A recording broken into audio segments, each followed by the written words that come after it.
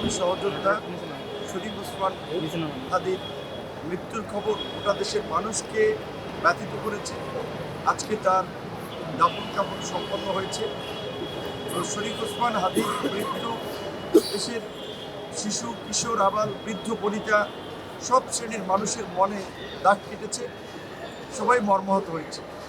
আমাদের এই আবেগকে কাজে লাগিয়ে, আমাদের এই সেন্টিমেন্টকে কাজে লাগিয়ে একদল দুর্বৃত্ত এবং বিপদগামী লোকেরা সেদিন 18ই ডিসেম্বর রাতে আমরা দেখেছি প্রথম আলো, ডেইলি স্টারের কার্যালয়ের ভবনসহ বিভিন্ন জায়গায় অগ্নি সংযোগ করেছে। চট্টগ্রামে ভারতীয় উপ হাই কমিশনার ভবনে সেখানেও হামলা করতে তারা গিয়েছে, হামলা করেছে।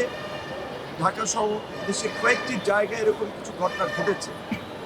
আমরা যেখানে একটা নিয়মতান্ত্রিক আন্দোলনের মধ্য দিয়ে ফ্যাসিবাদকে পরাজিত করেছি, পতিত স্বৈরাচারী শক্তির ষড়যন্ত্রের বিরুদ্ধে আমরা জাতিকে ঐক্যবদ্ধ করে যাচ্ছি, বাংলাদেশকে পুনর্গঠন করার জন্য আমরা কাজ করে যাচ্ছি।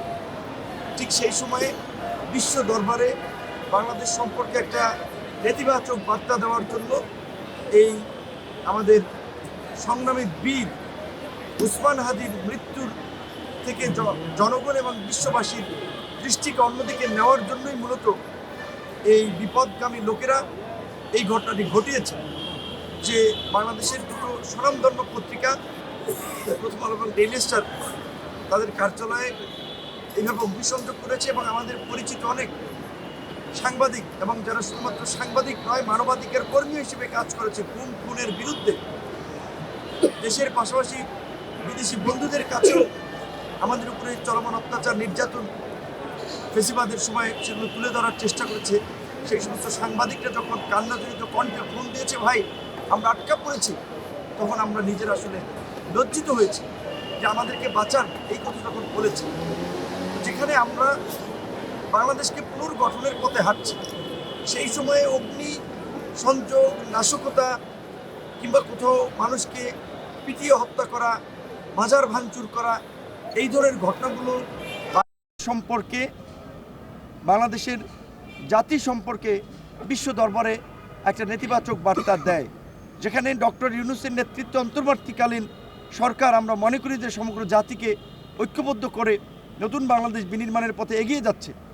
আগামীতে নির্বাচনের মধ্যে দিয়ে আমরা সেই বাংলাদেশের দিকে যাত্রা শুরু করেছি, তফসিল ঘোষণা হয়েছে।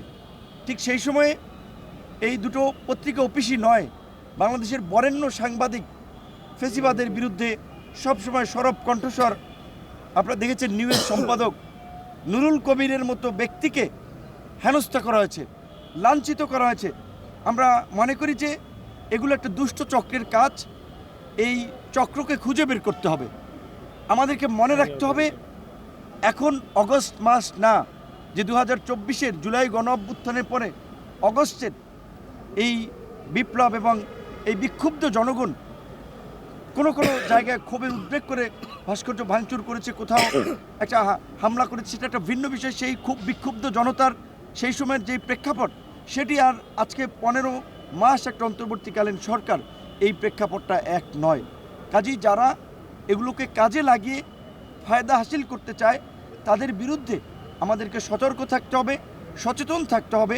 কোনোভাবেই এই যে নির্বাচনের ট্রেন বা নির্বাচনের যাত্রায় যে বাংলাদেশ চলছে, সেই যাত্রা যেন ব্যাহত এবং বিঘ্নিত না হয়। নির্বাচন না হলে, নির্বাচিত সরকার না হলে দেশে স্থিতিশীলতা আসবে না। দেশের আমরা যে একটা নিরাপদ রাষ্ট্র হিসেবে বাংলাদেশকে গড়ে তুলতে চাই, সেটি সম্ভব হবে না। ইতিমধ্যে ওসমান হাদির মৃত্যু, বিভিন্ন জায়গায় আরও দেখেছেন যে নাশকতার ফলে জনমনে একটা আতঙ্ক তৈরি হয়েছে। সেখানে প্রকাশ্য দিবালোকে যদি এই ধরনের মব কার্যক্রম চলে, অগ্নিসংযোগ চলে, তাহলে সেটা দেশ সম্পর্কে একটা ভয়াবহ নেগেটিভ বার্তা দেয়।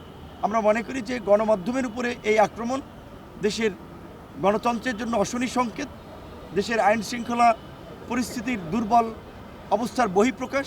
তাই এই ঘটনাগুলোতে দেশ থেকে এবং বিদেশ থেকে যারা ইন্ধন দিয়েছে, তাদের বিরুদ্ধে আমাদের অবশ্যই দাঁড়াতে হবে।